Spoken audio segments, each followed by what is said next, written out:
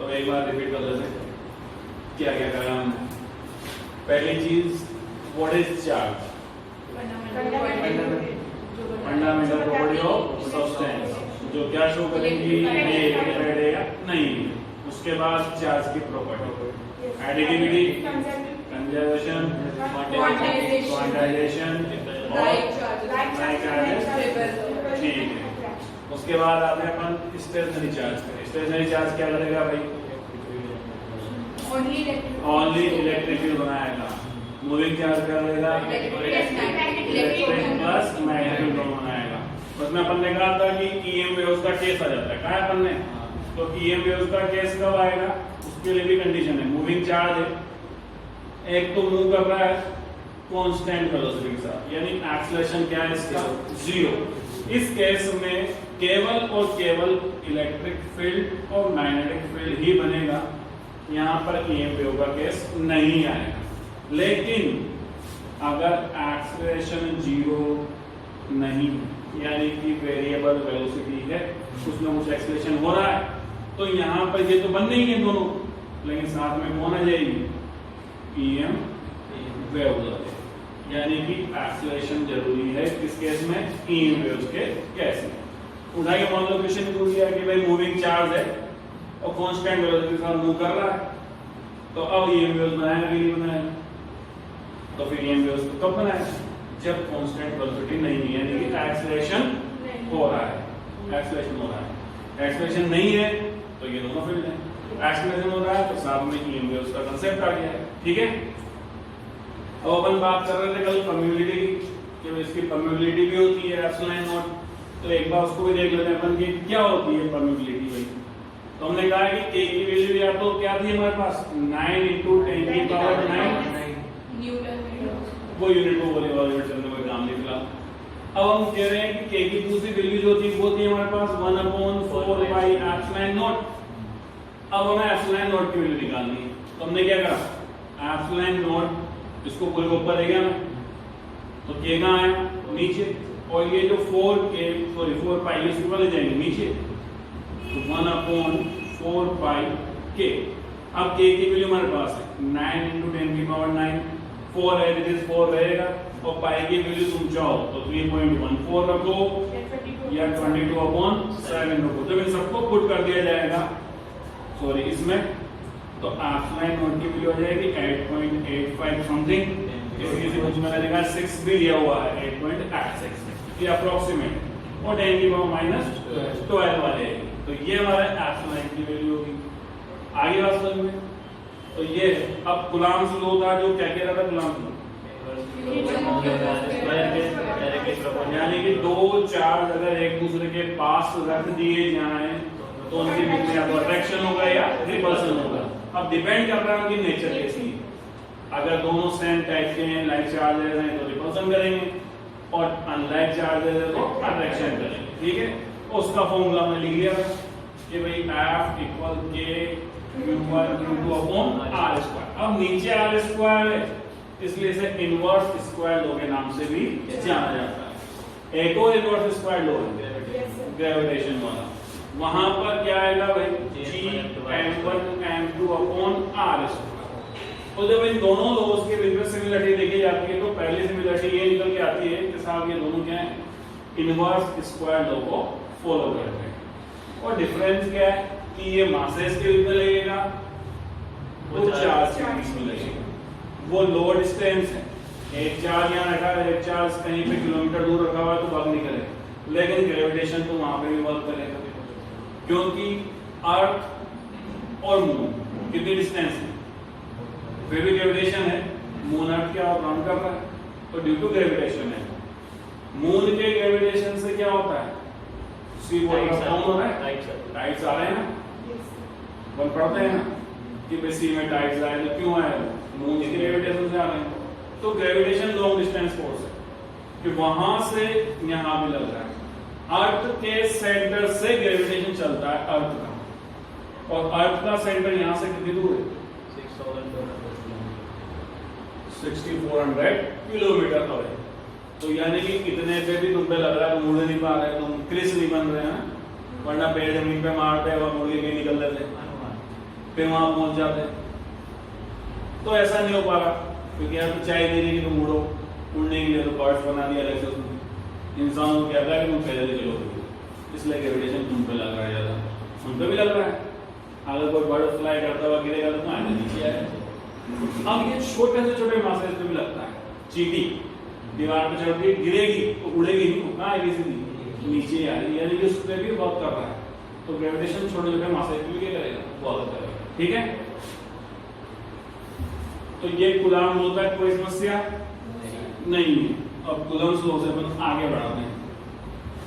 अब हमने एक टॉपिक जिसके हमने चर्चा करी थी कि भाई इलेक्ट्रिक फील्ड लाइन क्या होती है। इलेक्ट्रिक फील्ड लाइंस, हमने कहा कि अगर इलेक्ट्रिक फील्ड को शो करना है तो उसके लिए हमें क्या चाहिए, इलेक्ट्रिक फील्ड लाइंस चाहिए। ये हम लिखेंगे, यानी कि क्या बता रहा है कि साहब इलेक्ट्रिक फील्ड की डायरेक्शन ये है। अगर मैंने यूं चीज दी तो इलेक्ट्रिक फील्ड की डायरेक्शन यूं है। अब ये पैटर्न ही कर रही है तो इमेजिन कर लेना कि ये भी जा रही है, ये भी जा रही है, या तो ये ही जाएगी या ये ही जाएगी, दोनों एक साथ कभी नहीं जाएगी। तो इलेक्ट्रिक फील्ड लाइन क्या होती है, पहली चीज तो मैं इससे बता दूं, जो हमने कहा है कि electric field line electric field की डायरेक्शन को बताए, यानी कि ऐसा इमेजिनरी कर्व या इमेजिनरी लाइन, ये देखी तो जाती नहीं है, केवल इमेजिन की जा रही है कि हाँ होगी।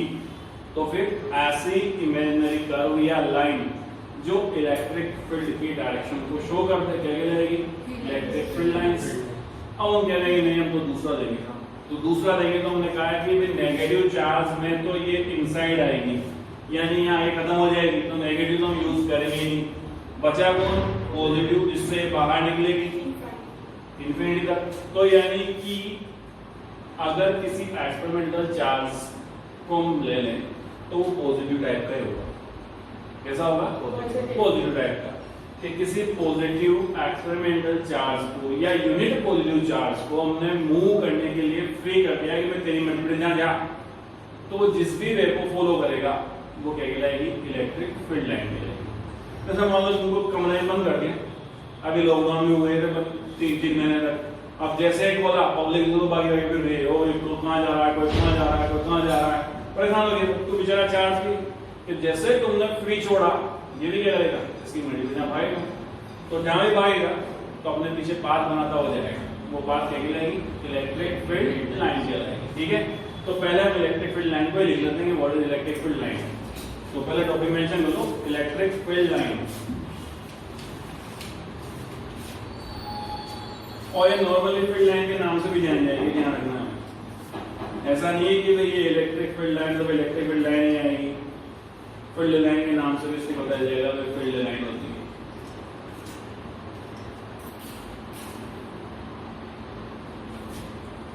तो हम क्या कह रहे हैं कि हम एक्सपेरिमेंटल चार्ज के बेस पर लिखते हैं इसको। ठीक है, एक्सपेरिमेंटल चार्ज तो लिखें, अब freely positively experimental charge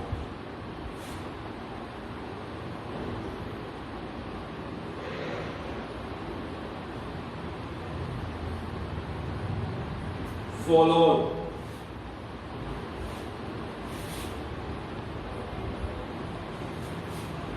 on which way, या follow which way कर दो, follow which way, which way, वे मतलब रास्ता है, पाथ ले लो। तो हमारा this path or way is referred to electric field line।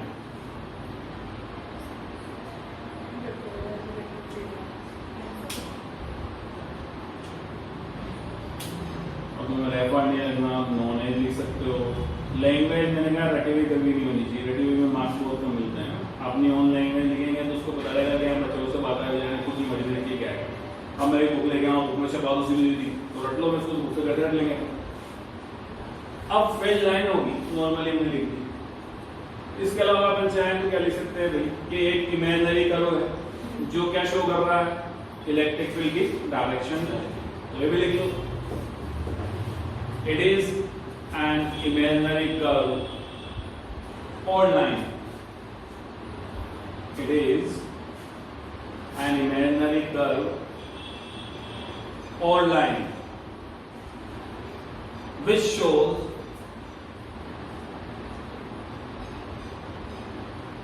the direction of electric field direction.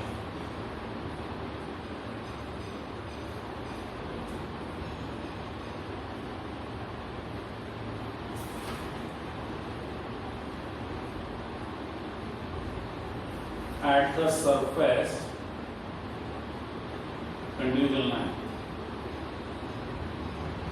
in tangential direction. In tangential direction on any given point. जहां भी तुम्हें point दे दिया उसने, कल अपन ने एग्जांपल लिया था जुज्जे का, जुज्जे सबने घुमाया है मैंने, तो जुज्जे में हमने क्या करा था कि साहब ये जुज्जा घूम रहा है, तो ये स्टोन जहां जहां भी जाएगा उस पॉइंट को अगर अपन देख रहे हैं तो उसकी डायरेक्शन हमेशा टेंजेंशियल डायरेक्शन होगी ये, इसको बाहर किधर ही जाना है, भागना है इसको, जहां चूक जाएगा वहीं से निकल जाएगा। तो ये डायरेक्शन जो है कौन सी, ये टेंजेंशियल डायरेक्शन, यानी कि रिप्रेजेंट किसको करेगा, केवल टेंजेंशियल डायरेक्शन। ऐसा नहीं होगा कि भाई तुमने के लिए electric field line direction show कर रही है तो कहां कर रही है, फिक्स कर कि जिस सरफेस की बात की जाएगी उसके किसी पर्टिकुलर पॉइंट पे जहां हो रहा है वहां पर टेंजेंट होगा तो उसकी डायरेक्शन वही होगी। तो इसकी कुछ प्रॉपर्टीज भी है इलेक्ट्रिक फील्ड लाइन की, 1 मार्क्स में पूछ ली जाती है 5 प्रॉपर्टीज बताओ 1 मार्क्स। तो पहली प्रॉपर्टी,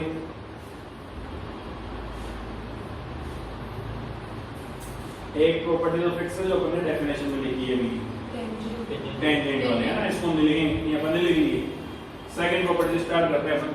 तो हमने कहा था कि पॉजिटिव चार्ज के लिए ये सेंटर से स्टार्ट होगी और कहां तक जाएगी, इंफिनिटी तक जाएगी। तो पहली प्रॉपर्टी ये लिखते हैं अपन, it start from centre to infinity, it starts from center to infinity for a positive charge, for a positive charge, ये बना दो।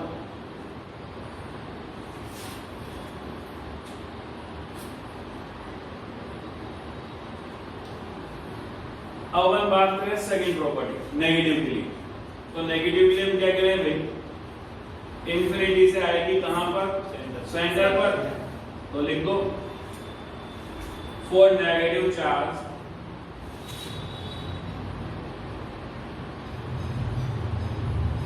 इट ट्रेवल्स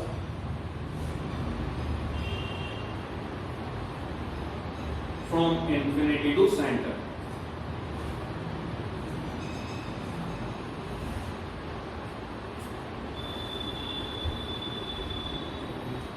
हो गया।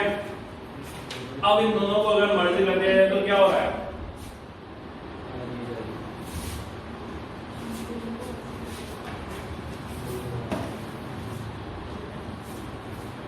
अब दोनों एक साथ रखते हैं अपने, पॉजिटिव भी और नेगेटिव भी। तो जब दोनों एक साथ रखे हुए हैं तो पॉजिटिव से चलेगी और नेगेटिव पे खत्म हो जाएगी।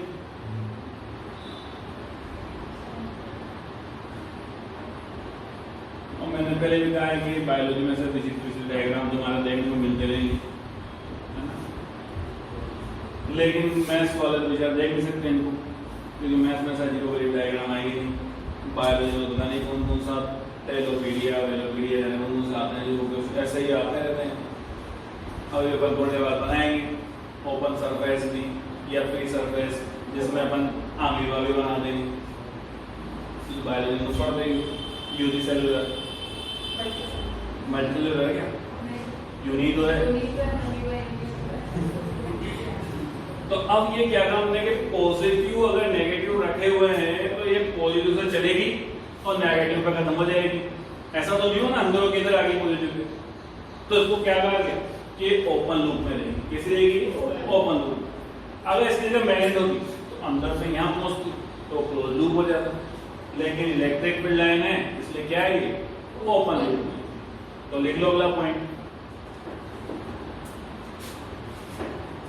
It starts from positive it starts from positive charge and AND वाला फिर END वाला and ends at negative charge. So it is found in open loop. So it is found in open loop. ये draw कर दो. अब तुम्हारी इच्छा है कि तुम्हें और भी खतरनाक बनाना है. अगर कोई बायोलॉजी का डायग्राम याद आ गया हो कि भाई ऐसा होता है तो बना सकते हो.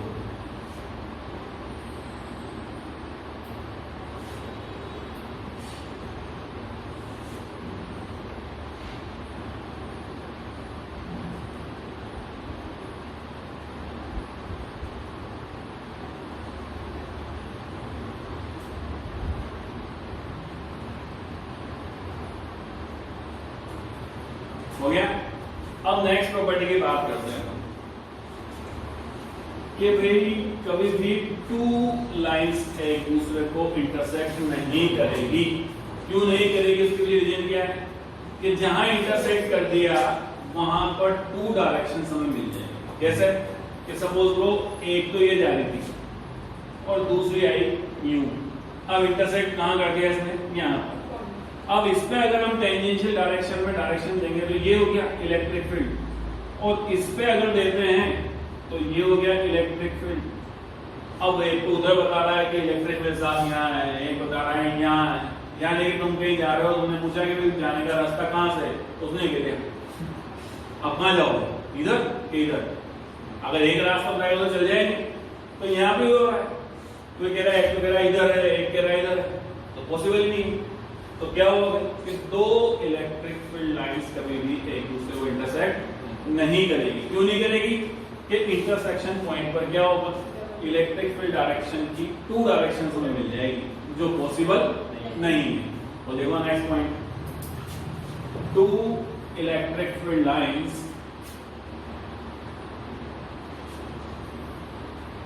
Never intersect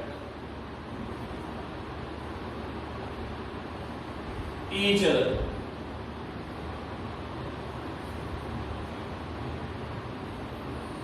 because at the intersecting point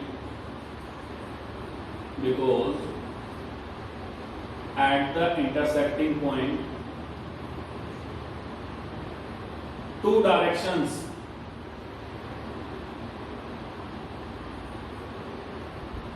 of electric field obtained ED लगाना है, which is not possible.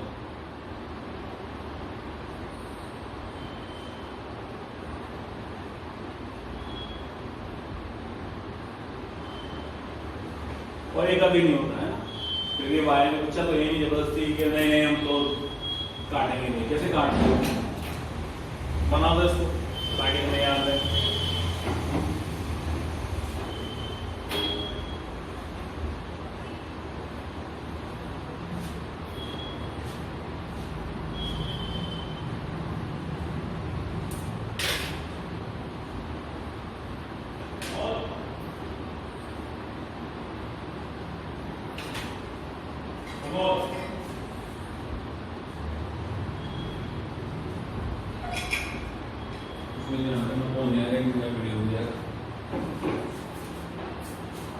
कितनी प्रॉपर्टी होगी?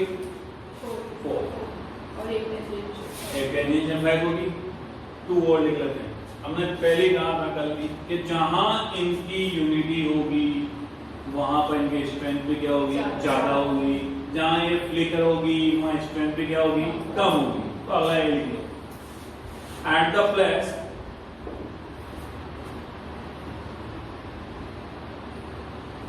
where field lines are in majority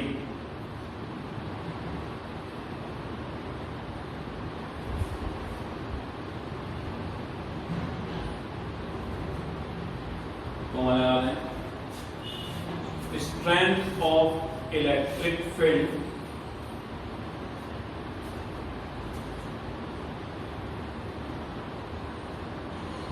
is strong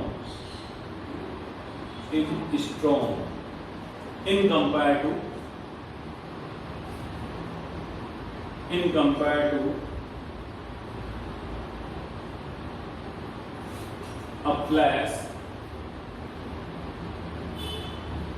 where these are flicker.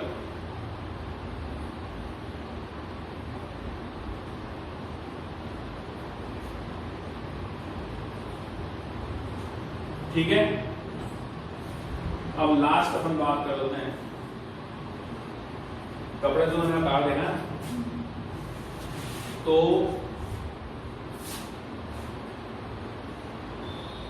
ऐसा हमने बात किया। अब जैसे रेट डाला तो क्या हुआ बेचारा, ये हुआ, यानी कि क्या कर सकता है, इजीली मोशन में आ रहा है, वजन डाल दें। नॉर्मली अपन लैंग्वेज में बोले तो लचक सकता है, कुछ भी करो। तो वैसा ये इलेक्ट्रिक फील्ड लाइंस स्ट्रेचेबल है कि जैसे ही हमने कहा कि पॉजिटिव और पॉजिटिव पास रख दिए तो हम कहने पॉजिटिव से तो बाहर निकलेंगे, तो निकली, इससे भी निकली और इस गरीब ने भी निकाल दी। लेकिन हम कह रहे हैं कि ये इंटरसेक्ट नहीं कर सकती और सेम के लिए रिपल्सन भी करेगी, तो एक पर्टिकुलर डिस्टेंस तक जाएगी और जाके क्या होगी, बैंड होगी। ये इंटरसेक्ट क्या होगी, बैंड होगी। तो क्या कहा गया फिर इस प्रॉपर्टी में कि ये स्ट्रिंग की तरह बिहेव करती है कि जैसे ही लाइक चार्जेस की लाइंस एक दूसरे के पास आएगी, ये बैंड होगी, क्या होगी, दूर हो जाएगी। अगर ये बैंड होने की कैपेसिटी नहीं होती, कि स्ट्रेचेबल नहीं होती, स्ट्रेच नहीं हो पाती, तो क्या होता है, इंटरसेक्शन होता, और जो पॉसिबल होता नहीं, यानी कि सृष्टि के नियम बदल जाते सारे। तो यहाँ पर क्या हो गया कि लाइक चार्जेस के लिए चलने वाली फील्ड लाइंस एक दूसरे को क्या कर देगी, रिपेल कर देगी। अब इसके एक अपन नेगेटिव डाल देंगे तब भी वही केस होगा, वो स्ट्रेच करेगी, लेकिन इसमें डायरेक्शन अपन उल्टी दे देंगे कि साहब आ रही है, इसमें जा रही है। ठीक है, तो लिख लो next property,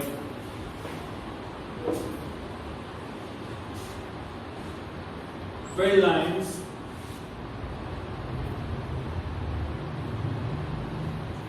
behave like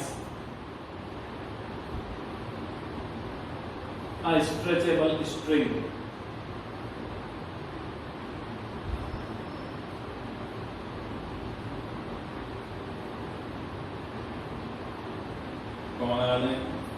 For like charges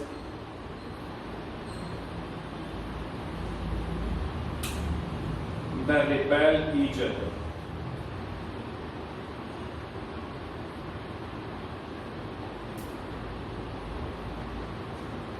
And for unlike charges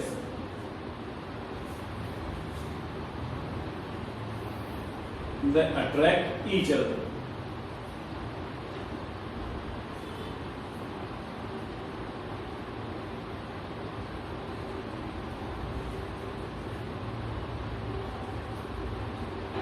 अब एक प्रॉपर्टी हो ध्यान आगे रखो, वो भी लिख लेते, उस पर क्वेश्चन आया था कभी कि भाई तुमसे कहते हैं कि इलेक्ट्रिक फील्ड लाइन किसी सरफेस से चल रही है, किसी सरफेस पे आके मिल रही है, तो सरफेस के किस कंडीशन में होगी या सरफेस से किस कंडीशन में होगी, टेंजेंट तो डायरेक्शन दिखा रहे हैं अपन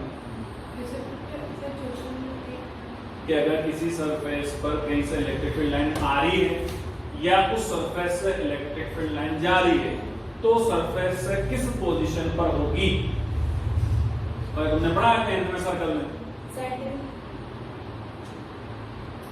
परपेंडिकुलर होगी ना, सरफेस पर जो टेंजेंट खींची जाती है हमेशा वो सेंटर से परपेंडिकुलर ही होती है। हमने प्रॉपर्टी तो पढ़ी है कि टेंजेंट जहां पर भी मिलेगी अगर सेंटर से वहां पर रेडियस डाली जाएगी तो उसका परपेंडिकुलर होगा। दैट मीन्स क्या कह रहा है वो कि भाई अगर फील्ड लाइन कहीं से आ रही है कहीं से जा रही है सरफेस पर, तो हमेशा सरफेस के क्या होगी, वो परपेंडिकुलर होगी। ठीक है, तो लिखना है field line starts from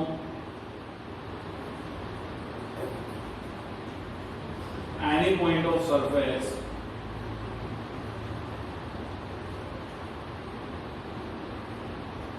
or meet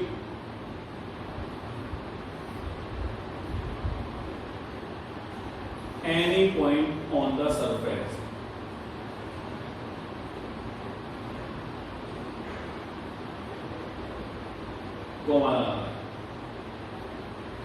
in both cases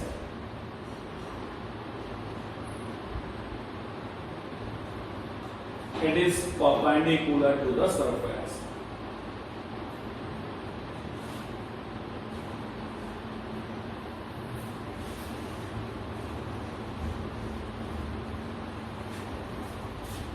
अब चाहे तो इसका डायग्राम ड्रॉ कर सकते हैं कि साथ ही सरफेस थी हमारी, हमने ये पॉइंट ले लिया और यहाँ से हमने ये कह दी कि इलेक्ट्रिक फील्ड की डायरेक्शन है यानी इलेक्ट्रिक फील्ड लाइन है, और जब यहाँ देखा जाएगा तो यहाँ पर क्या होगा 90 डिग्री एंगल बन जाएगा। अब हम ये नहीं तो यहाँ बनाएंगे, तो यहाँ बना दो ये दो, तो यहाँ पे तो मैं 90 डिग्री बन जाएगा। तो ये फील्ड लाइंस की प्रॉपर्टीज होगी। अब कभी कभी ये पूछा जा सकता है नोट पॉजिटिव चार्ज है, नेगेटिव चार्ज है और इनका पेयर है। तो नॉर्मली एक नंबर में क्या पूछ लेता है वो कि भाई पॉजिटिव चार्ज और नेगेटिव चार्ज के लिए फील्ड लाइन कैसी होगी, तो तुमने देख ली थी कि कैसी होगी। और एक हमने थर्ड केस में लिखा था पॉजिटिव नेगेटिव, तो वहां पे वो पॉजिटिव नेगेटिव नहीं देखे क्या कहता है कि भाई किसी इलेक्ट्रिक डाइपोल के लिए इलेक्ट्रिक फील्ड लाइन का कर्व बनाओ। तो डाइपोल मतलब जिसके पास टू टाइप्स के पोल हो, तो ये डाइपोल ही तो है ना, पॉजिटिव और नेगेटिव क्या हो गए डाइपोल, यानी इसके लिए कर्व क्या बना ये जो हमने बनाया तो डाइपोल एजिट करेगा। अब वो कह रहे कि दो सेम चार्ज है या लाइक चार्जेस के लिए कैसे होगी, तो भी हमने बनाई है अभी। इसका जो भी चली गई वापस ये पॉजिटिव यहाँ से लाई यहाँ से निकल गई। तो ये तो 1 मार्क्स में कुछ भी 1 मार्क्स की कोई गारंटी नहीं होती है क्वेश्चन क्या पूछा जाएगा। 1 मार्क्स में तो जो जमती हुई पूछ ली, क्योंकि 1 मार्क्स होता है इसलिए कि जो डीपली पढ़ के आया है वो ही पूरे 1 मार्क्स के क्वेश्चन अटेंड करेगा। 5-6 क्वेश्चन तक होता है जो गरीब से गरीब बच्चा भी करेगा, जो जरा एक बार पढ़ के गया है।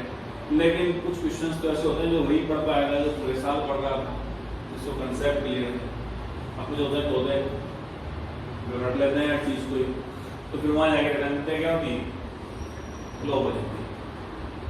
और सबसे ज्यादा जो क्लोज होता है वो बायोलॉजी का होता है, बिकॉज बायोलॉजी को फिजिक्स के नाम से प्ले डाला जाता है। ओ फिजिक्स में ये आएगा, ओ फिजिक्स में वो आएगा। फिजिक्स में है क्या, बायोलॉजी तो पढ़ रहे हो, वो अजीबोगरीब डायग्राम याद कर रहे हैं कि यहाँ पर लीवर है, यहाँ किडनी है, यहाँ ये छोटा सा सेल पता नहीं इसको प्रोटोप्लाज्म कहते हैं, पता नहीं इसको क्या कहते हैं, उसको हम रख लेंगे इतने बड़े डायग्राम को। लेकिन फिजिक्स के नाम पे क्या कर दिया, पहले ही करा दिया कि फिजिक्स बहुत टिपिकल होती है, फिजिक्स समझ में नहीं आएगी, न्यूमेरिकल आते हैं। तो न्यूमेरिकल आते क्या है, उनसे कहा कि भाई दो चार्ज है, अब इनके बीच में फोर्स लग रहा है निकालो। अब तुम्हें फॉर्मूला याद नहीं है, तुम्हारे न्यूमेरिकल टिपिकल है। अब तुम्हें फॉर्मूला याद है तो न्यूमेरिकल तो बच्चों है, मल्टीप्लाई तो करना है, मल्टीप्लाई बच्चों से करते हैं। मैं मल्टीप्लाई डिवाइड के अलावा ऐसा कोई रूल नहीं लगता फिजिक्स में कि इससे न्यूमेरिकल टिपिकल बन जाए। मल्टीप्लाई डिवाइड तो करना ही पड़ेगा। अब वो किसी को नहीं आता तो फिर उस स्कूल वाले को जाके ठोको जिसने बचपन में पढ़ा है कि भाई मल्टीप्लाई क्यों नहीं सिखाया। तो वो चीजें चलो अब अपन देखते हैं कि कूलॉम्स लॉ में पढ़ा है। अब कूलॉम्स लॉ में हमने पढ़े कि दो चार्ज लिए थे उन दोनों में, अब दो से ज्यादा हो गए तो ऐसा थोड़ी कि दो ही चार्ज रहेंगे, हमेशा 3 भी हो सकते हैं, 4 भी हो सकते हैं, मल्टी भी हो सकते हैं। तो ऐसे कंडीशन में फिर क्या होगा, सुपरपोजिशन थ्योरम बन जाएगी। क्या बन जाएगी, superposition theorem. More than 2 charges जहां आगे तो वहां हम कूलॉम्स लॉ से एक्सप्लेन नहीं कर सकते, क्योंकि कूलॉम्स लॉ केवल और केवल किसके लिए लिमिटेड हो गया, 2 चार्जेस के लिए। लेकिन मल्टी चार्ज आएंगे तो फिर उसके किसी भाई बंधु ने कह दिया कि भाई अब कूलॉम भाई साहब तो क्या हो गया, ये फ्लॉप हो गए। अब मैं बताता हूँ क्या करना है तुम्हें। तो उसने करा वही जो कूलॉम्स ले गया, उसने 2-2 लिए थे, इसमें भी 2-2 लिए, लेकिन लास्ट में सबको क्या कर दिया, ऐड कर दिया और ऐड करके खुद का नाम कर लिया कि भाई मैं सुपरपोजिशन थ्योरम बता गया। जैसे कि तुम्हें पता हो तो इलेक्ट्रॉन किसकी देन है?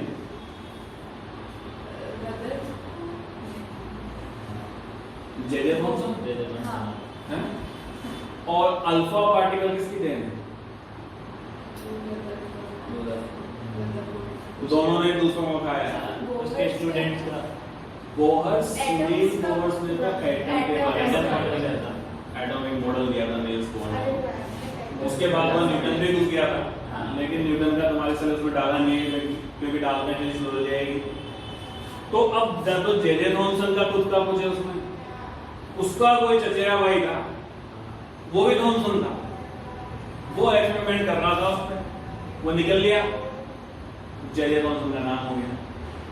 रदरफोर्ड ने कुछ नहीं किया, बेचारे उसके दो स्टूडेंट थे, गीगर और मार्टसन, वो दोनों एक्सपेरिमेंट कर रहे थे सारे। ये तो केवल वो है कि मैं टीचर हूं और मैंने लैब जमा दी, करो एक्सपेरिमेंट, कुछ ना कुछ तो निकलेगा। और जैसे अल्फा पार्टिकल निकला, रदरफोर्ड सामने आ गया, लेकिन वो एक खुरापाती वो था, जेम्स चैडविक। तो उसने न्यूटन तो खोज दिया, लेकिन बताया नहीं कि न्यूटन मिल गया है मुझे, सो न्यूट्रॉन। अगर वो बताता है न्यूट्रॉन मिल गया है, तो न्यूट्रॉन में भी किसका नाम आता है? रदरफोर्ड। तो उसने खुद ने बाद में जाके कह दिया कि भाई ये न्यूट्रॉन होना है, तो कुछ ऐसा होता है। तो ऐसा ही यहाँ हुआ है सुपरपोजिशन थ्योरम में कि भाई कूलम्स ने जो लॉ दिए थे उसी को फॉलो करते हुए सबको ऐड करा, नहीं फिर हमारा सुपरपोजिशन थ्योरम। तो किसके लिए काम आएगी? मोर देन टू चार्जेस के। अब जैसे सपोज करें कि एक चार्ज यहाँ रखा हुआ है Q1, एक यहाँ रखा हुआ है Q2, एक यहाँ रखा हुआ है Q3, एक रखा हुआ है Q4 और एक ये हम मान लेते हैं Q। तो टोटल 5 चार्जेस हो गए। अब हम कह रहे हैं कि 2 चार्जेस एक दूसरे पर फोर्स लगाएंगे तो सब लगाएंगे, ये दोनों आपस में कनेक्ट, ये दोनों आपस में कनेक्ट, ये दोनों आपस में कनेक्ट, ये दोनों आपस में कनेक्ट, ये दोनों आपस में कनेक्ट, ये दोनों आपस में कनेक्ट, ये दोनों, फिर ये, फिर ये, फिर ये, तो ये सब आपस में कनेक्ट है और एक दूसरे पर क्या लगा रहा है? फोर्स। तो हमें एक साथ पूरा तो निकाल नहीं सकते, तो क्या करा के साथ दो को ले चलो। तो पहले हमने Q और Q1 पे निकाला, तो हमने उसको नेम दे दिया कि भाई ये F1 है और इसका फॉर्मूला KQ1 अपॉन, और इसको डिस्टेंस हमने R1 दे दी, R1 स्क्वायर हो गया। फिर हम इन दोनों पे गए तो हमने F2 निकाला, KQ2 अपॉन R2 स्क्वायर, ऐसा 30 में ऐसा चौथा सारे निकाल के हमने क्या करा, सबको ऐड कर दिया और समेशन करते हैं, हमारे पास फाइनल रिजल्ट आ गया कि ओवरऑल फोर्स कितना लगेगा। अब दूसरी चीज ये और ध्यान रखें कि क्वेश्चन आ जाता है कि भाई 2 चार्जेस रखे हुए थे और आपस में कितना फोर्स लगा रहे थे। जैसे ही तीसरा चार्ज उनके बीच में लाया गया, अब उनके फोर्स पर क्या इफेक्ट होगा? तो उन दोनों वेरिएबलों पे कोई इफेक्ट नहीं। हम कह रहे हैं दोनों के बीच में लग रहा है, तो वो दोनों तो लगा ही रहे थे, लेकिन अब वो दोनों इस पे भी लग जाएंगे तो उसका अलग हो जाएगा, लेकिन उन दोनों का तो वही रहेगा, उन दोनों पे कोई फर्क नहीं पड़ेगा। तो बरमास के क्वेश्चन ऐसे बनते हैं कि भाई 2 चार्जेस रखे हुए हैं, अब तीसरा में ले आया, अब ले आओ, क्या हो जाएगा? कुछ नहीं होगा, जो होना है वो तो हो ही रहा है। ठीक है, तो अब हम सुपरपोजिशन थ्योरम के बारे में लिख लेते हैं कि भाई क्या है, डाल लो heading. Force between multiple charges, force, हाँ इसका नेम है, ब्रैकेट में लिखेंगे अपन इसको, फोर्स बिटवीन मल्टीपल चार्जेस, और ब्रैकेट में लिखते हैं principle of superposition, principle of superposition. अब कूलम्स लॉ की क्या एक प्रॉपर्टी वो भी होती है कि इसको वेक्टर फॉर्म में शो किया जाता है। तो वेक्टर फॉर्म अपन लिखेंगे क्योंकि सारे रामायण वही है, केवल डायरेक्शन बताते चलना है, तो उसको मैं तुम्हें शीट पे दूंगा। जो कूलम्स को हमने डिराइव किया है पूरा वही है, केवल साथ में अटैच क्या कर दी जाएगी? डायरेक्शन। तो तुम्हें ध्यान रखना है कि हाँ ये कूलम्स लॉ में अगर वेक्टर फॉर्म पूछ रहा है तो हमें ये चेंजेस करते हुए चलना है, डायरेक्शन में देते हुए चलना है। अब डायरेक्शन देने के 2 मेथड होते हैं, पहले डायरेक्शन आ गई तो उसमें बात कर लेते हैं। ये Q1 है, ये Q2 है। अब यहां पे मैंने पॉजिटिव लिख दिया, क्योंकि यहाँ पे कोई मैंने साइन लगाया नहीं Q1 Q2 वाली नेगेटिव का, तो फिलहाल क्या है पॉजिटिव। अब ये इसको रिपेल करेगा कि भाग गया, ये इसको रिपेल करेगा कि तू भाग गया, तो यानी दोनों एक दूसरे पर फोर्स लगा रहे हैं। अगर इसके रेफरेंस में बात की जाए तो Q2 ने लगाया किस पर, Q1 पर, तो मैंने लिख दिया 2 कि 2 ने लगाया किस पर, 1 पर। यहां तो वही आना है Q1 Q2 अपॉन R, अब 2 लगा रहा है 1 पे। कुछ बुक्स वाले इसको उल्टा रीड करवाते हैं, 1 2 लिखते हैं कि पीछे से रीड कर लो, तो हमारी इच्छा में कैसा रीड करना। अब जैसे ये लिखा तो यहाँ पीछे डायरेक्शन भी देनी है मैं, तो मैंने डायरेक्शन दे दी था, बस ये वेक्टर फॉर्म होगी। और वेक्टर फॉर्म होते हैं क्या लग गया एरो, इस पे मत लगा देना एरो, बिकॉज 2 वेक्टर्स का डॉट प्रोडक्ट हमेशा एक स्केलर होता है, तो ये क्या बन गया, स्केलर बन गया। अब किसी को नहीं मैं तो लगाऊंगा, तो भी लगा दे, तेरी मन की गलती, ये लगा मैग्नीट्यूड के अंदर लगा, तो वेक्टर दिख रहा होगा। तो ये केवल वेक्टर फॉर्म के लिए हम पूरे के लिए ये करते चलेंगे, कैप लगाते हुए चलेंगे, जो हमें डायरेक्शन दिखाएगी। तो इस वजह से ये चीज शीट पे डाल देंगे, तो शीट में पढ़ लेना।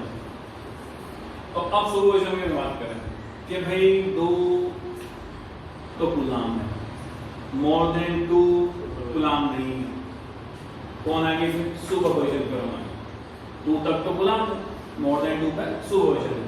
अब उनसे कहते हैं कि भाई सिस्टम है जिसके पास मोर देन 2 चार्जेस हैं, उनका टोटल फोर्स क्या होगा, कि सब सुपरपोजिशन करो से निकाल लिया जाएगा।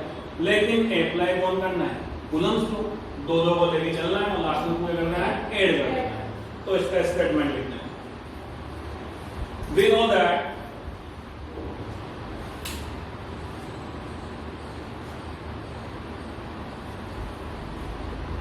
Coulomb's law gives the force between 2 charges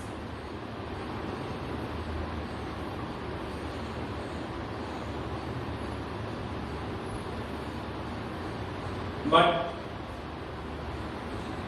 for FOR a group of charges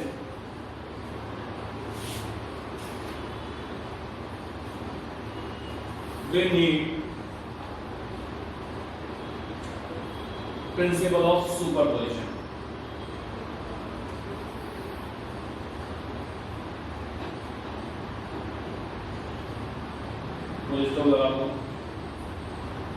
Next line में according to principle of superposition,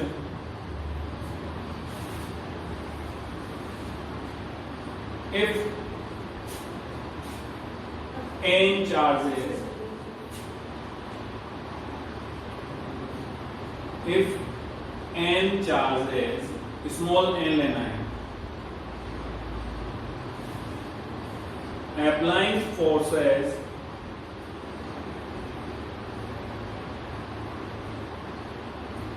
on each other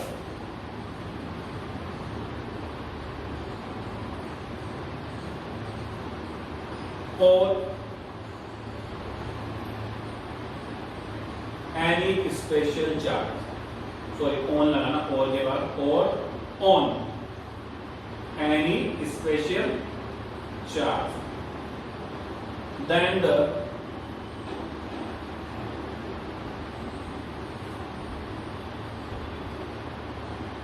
total charge of the system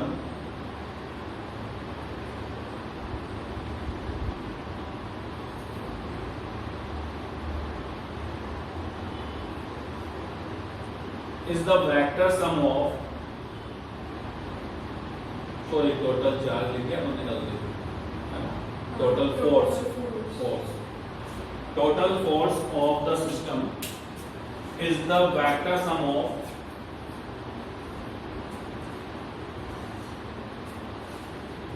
all forces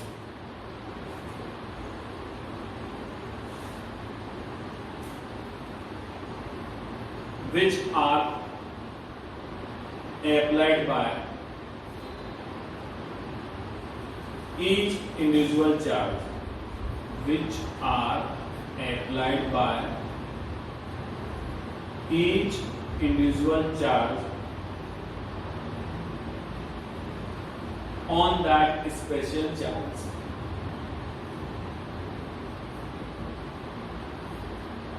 On that special charge अपन ने बनाया था कि Q पर एक special charge, तो special charge ये सब इस पे लगाएं। अब नोट लगा के लिख दो, तो याद रह जाए तो ठीक है, नहीं तो फिर लिखिए कि भाई दो चार्जेस के बीच में जो फोर्स लग रहा है वो तीसरे से अफेक्ट नहीं होगा।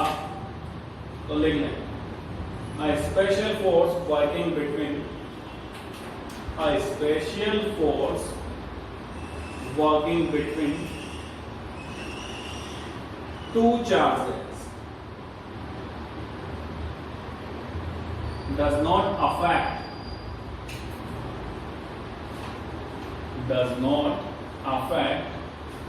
by the presence of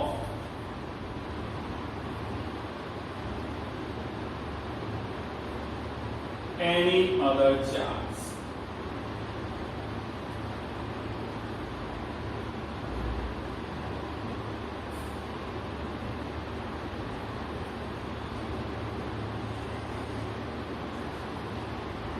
ठीक है। अब अपने एक सुविधा जरूर है 12th सिलेबस में कि 12th सिलेबस में केवल और केवल स्पेशल चार्ज के केस में ही क्वेश्चन करूंगा। ऐसा नहीं कि पर्टिकुलर दोनों चार्जेस भी लगा रहे हैं, स्पेशल भी लग रहा हो वाला काम नहीं है अपने। क्या है केवल कि सपोज करो कि यहाँ पर कोई स्पेशल चार्ज रखा हुआ है Q, कहीं से Q1 ने इसके ऊपर लगाया, कहीं से Q2 ने लगाया, कहीं से Q3 ने लगाया, कहीं से Q4 ने लगाया, और ऐसे ही Qn भी लगाया। तो अपने से उसमें क्या है कि भाई Q1 Q पे लगा रहा है, Q2 Q पे लगा रहा है, Q3 Q4 पे लगा रहा है, सॉरी Q पे लगा रहा है, Q4 लगा रहा है, Qn लगा रहा है। यहाँ तुम्हें इससे मतलब कि Q1 Q2 पे कितना लगा रहा है, तो मतलब इससे केवल कि Q1 ने Q पर कितना लगाया, Q2 ने Q पर कितना लगाया, Q3 ने Q पर कितना लगाया। बिकॉज इनमें यहाँ पर अगर ऐसे कंडीशन होगी तो फिर इनके बीच की डिस्टेंसेस भी माननी पड़ेगी कि साहब इनकी डिस्टेंस ये है, तो इनका भी निकालना पड़ेगा। तो इसको में क्या सुविधा देनी कि Q1 ने Q पर कितना लगाया, एक्सेल चार्ज पे निकालना है। अब उसके लिए हमें डिस्टेंसेस चाहिए, तो यहाँ हम कह रहे हैं कि Q1 है, हमने इसको नेम दे दिया, नोट हम देते हैं, इसको नोट देते हैं ताकि डिस्टेंस देने में दिक्कत नहीं आएगी। और अगर हम चाह रहे हैं कि हम सिस्टम बराबर रखें 1 से इस पर, तो 1 से इस पर आगे, 2 से 3 से 4 से और n से।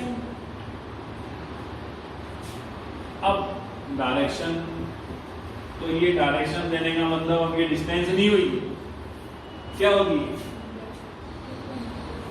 Position vector. पढ़ा है तुमने पोजीशन वेक्टर क्या है कि जो दो सब्सटेंस की पोजीशन को बताया कि इन दोनों में डिस्प्लेसमेंट कितना है, ना कि डिस्टेंस। डिस्टेंस होगी तो फिर ये पोजीशन वेक्टर होगा ही, तो डिस्प्लेसमेंट कितना है, तो ये कंडीशंस होगी। अब इन पे फोर्स भी लगेगा, तो इसके फोर्स को हमने कह दिया कि भाई ये F1 नोट लग रहा है, यहाँ पर F2 नोट लग रहा है, यहाँ पर F3 नोट लग रहा है, एंड Fn नोट लग रहा है। तो हमें निकालना क्या है, F1 note, F2 note, F3 note, F4 note, ऐसे Fn नोट, और सबको क्या कर देना लास्ट में ऐड कर देना, तो ओवरऑल सिस्टम का फोर्स हमारे पास आ जाएगा।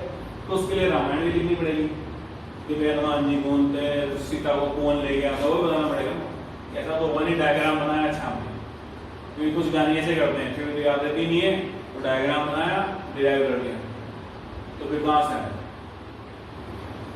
भाई ये चीज आई कहां से, या तो पड़ोसी की मार ली, जो कर रहा था उन्होंने कर दिया। तो जब तुम्हें पता नहीं है कि इसमें कौन कौन ने कौन सा पात्र निभाया है, तो तुमने कैसे बता दिया कि रावण ही ले गया था, तो तुम्हें कहानी बताना चाहिए ना, क्या भाई वहां गए थे वन में, फिर वहां राक्षस बन के वो कोई साधु बन के आया, फिर ले गया। अब वो तो सब ने छोड़ दिया और सीधा क्या कर रहे हैं, रावण ले गया सीता को, कैसे ले गया, तो पूरी बताएंगे कैसे ले गया। तो इस डायग्राम के बेस पर लिखना है, रटना नहीं। तो यहाँ पे हम कह रहे हैं कि कितने चार्जेस हैं, n चार्जेस। तो सीधा सा पहली चीज ये हुई कि भाई सिस्टम में कितने चार्जेस हैं, n चार्जेस हैं, और इस पर चार्जेस कौन है, Q नॉट। तो ये सारा किस पे फोर्स लगा रहे हैं, Q नॉट पर। इनके बीच की डिस्टेंस या हम क्वेश्चन वेक्टर देंगे तो हमने दे रखे हैं, तो ये सब हमें लिखना है, जो इस डायग्राम में है वो हमें लिखना है, रटना नहीं। तो लिखो, late us suppose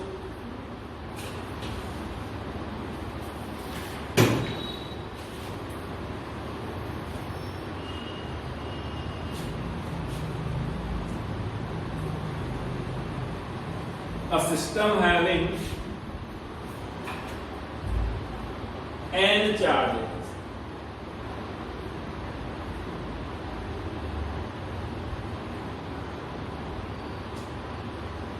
is shown in figure below, जो हम जाके भी बनाएंगे।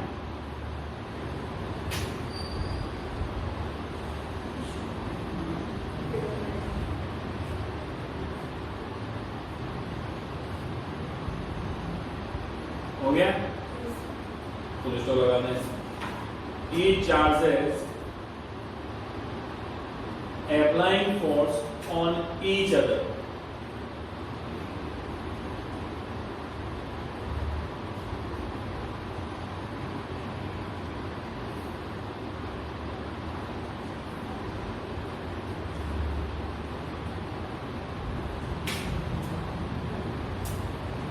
अब हम फिलहाल सारा फोकस कहाँ कर रहे हैं, क्यू नोट। क्यू नोट पे सबने लगाया, अब क्यू नोट को हटा देंगे फिर स्पेशल चार्ज, अब क्यू नोट स्पेशल चार्ज नहीं है, अब Q1 को बना देंगे। तो सारे किस पे लगाएंगे, Q1। अब Q1 को हटा दिया, अब किसको बना दिया, सारे Q2 पे लगाएंगे। ऐसे सबका निकाला, तो पहला रिजल्टेंट जो आएगा वो Q नोट का आएगा, फिर दूसरा रिजल्टेंट आएगा Q1 का, ऐसा n रिजल्टेंट आएंगे किसके, पूरे सिस्टम में। तो सबको सेपरेट सेपरेट निकालने की कोई जरूरत नहीं, केवल हम एक के लिए निकालेंगे, बाकी को सिमिलर करके लिख देंगे कि ऐसा होगा, और सबको ऐड करते हैं, क्या बन गया हमारे पास, और सिस्टम पर फोर्स कितना लगा है। ठीक है, तो पहले हम केवल स्पेशल चार्ज Q नोट को बना रहे हैं, इसके लिए हम निकालेंगे, फिर स्पेशल चार्ज हम Q1 को बना देंगे बाई सिमिलर करके, फिर Q2 को, फिर Q3 को, और ऐसे Qn को। तो लिखो काम है, let us suppose, next line आ जाएगा, all charges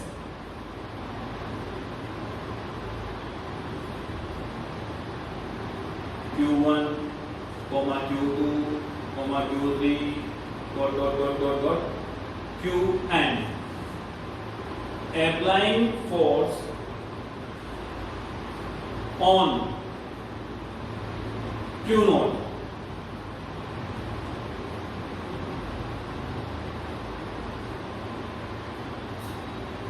such as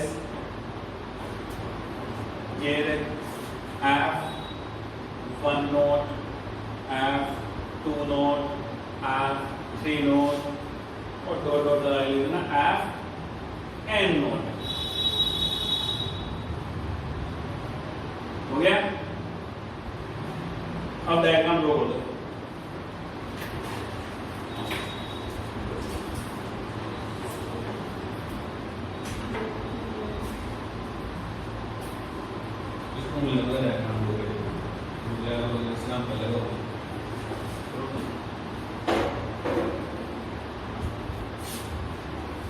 तो अब पहला काम कि हम Q1 के लिए करेंगे सारा काम, सॉरी Q नोट के लिए। तो Q नोट पर Q1 ने कितना लगा है, फिर Q नोट पर Q2 ने कितना लगा है। तो force working on Q naught by Q1, इसको हमने नेम दिया था F1 नोट, ये दिया ना। तो ये K अपनी जगह पर, Q1 Q2 जो आते थे वहां पर हमने क्या लिख दिया, Q note Q1 upon R1 note. मैं कह रहा हूं अगर यहाँ वेक्टर लगाना है तो मॉडुलस यूज करना है हमें, और डायरेक्शन हमने कह दी किस डायरेक्शन में है के साथ, कौन लगा रहा है, Q1 लगा रहा है, तो हमने Q1 की डायरेक्शन को दे दी। ऐसे ही force working on Q not by Q2, तो ये हमारा हो गया F2 नॉट के Q not Q2 upon R2 not, और ये R2 नॉट। और सिमिलरली हम बात करें force working on Q not by Qn, Qn कितना लगा रहा है कि F N not equal k Q not Qn upon R N not का square R N not cap, और ये हमने दे दी था third by equation first, second and third. और मैं करना क्या था तीनों को ऐड, तो इससे Q नॉट का फोर्स आएगा कि Q नॉट पर कितना लग रहा है, यानी कि ये बच गया हमारा F not equal F1 not F2 not and dot dot dot Fn not, और इनको हम क्या कर देंगे ऐड कर देंगे। अब यहां कंडीशन क्या होगी, रिपीट होंगे फोर्सेस। कैसे होंगे रिपीट, कि हम कह रहे हैं कि Q1 ने Q नॉट पे लगाया है, जब इसके अपन उल्टा लेते हैं तो Q नॉट भी Q1 पे लगाने वाला प्रोटेक्ट, हम कह रहे हैं एक चार्ज पे लगवाएंगे सबसे, तो Q1 ने Q नॉट पे लगाया, Q1 ने Q नॉट पे लगाया, रिपीट हो गया। तो जब ओवरऑल समेशन आएगा तो उसको हम डिवाइड बाय 2 से कर देंगे, कि डिवाइड बाय 2 कर देंगे क्योंकि डबल आ रहे हैं फोर्सेस। Q नॉट लगा है Q1 पे तब भी वही आना है, Q1 लगा है Q नॉट पे तब भी वही आना है, तो ट्वाइस हो गया फोर्स। तो ऐसी कंडीशन में हम क्या करते हैं, इसको डिवाइड बाय 2 कर देंगे। आगे बात सुनो, तो इसमें क्या बना हुआ है, F नॉट इक्वल बन गया हमारे कि सब में से कॉमन ले लिया मैंने, और एक और चीज कॉमन आ रही है, कौन आ रही है Q नॉट, सब में Q नॉट है, तो बचा गया यहाँ पे Q1 अपॉन R1 नॉट का स्क्वायर, और ये R1 not cap Q2 upon R2 not का स्क्वायर और R2 नॉट, और ये लास्ट में तुम्हारे बचा यहाँ Qn Rn not cap upon Rn not का स्क्वायर। ये पहला आया हमारे Q नॉट, छाप दो उसको फटाफट। ये यहाँ से मैं अलग कर देता हूँ कि कौन कहाँ है, वरना तुम सब मिक्स कर दोगे, पता लगेगा ब्राह्मण भी यही है, कुछ नहीं करना। अब केवल और केवल क्या करना है कि F नोट निकल गया, सिमिलरली करके लेके जाओ। सिमिलरली फॉर Q1, पहले Q नोट के लिए थे, अब Q1 के लिए हमारा हो गया F1, बाहर आ जाएगा Q1, अंदर बदल दो, Q1 के अलावा सब लिख दो Q नॉट, तो R। अब ये ध्यान रखना पीछे बन चलना है तुमने, क्योंकि इसके ऊपर लगा रहे सब।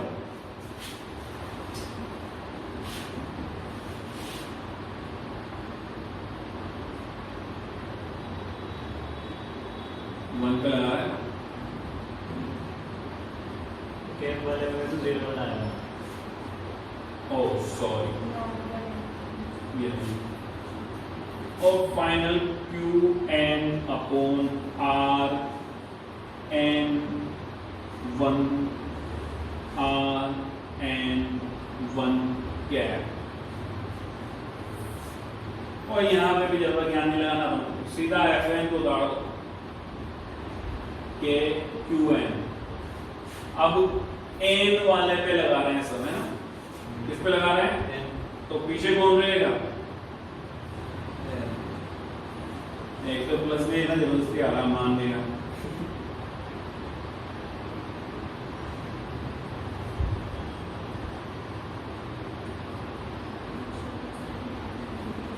और ये अब n तो हमने यहाँ ले लिया, तो कौन रहेगा n-1।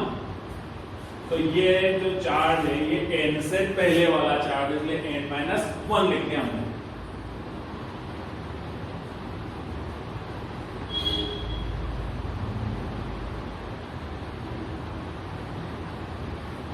ये सारे फोर्स हो गए हमारे, कि सबने मिलकर लगा लिया अभी आपस में।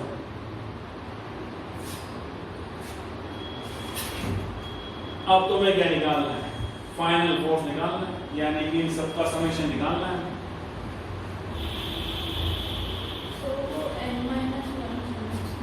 भाई जैसे मैंने लिखा 1 से लेके 10 तक, मैंने 10 वाला ले लिया, तो उससे पहले कौन है 9, यानी कि n है तो उससे पहले वाला n माइनस 1 होगा, उससे पहले वाले पे हम जा सकते हैं क्योंकि यहाँ n पे हम आ चुके हैं, तो वहां तक हम जान सकते हैं n तक, तो n से पहले वाले पे जाएंगे।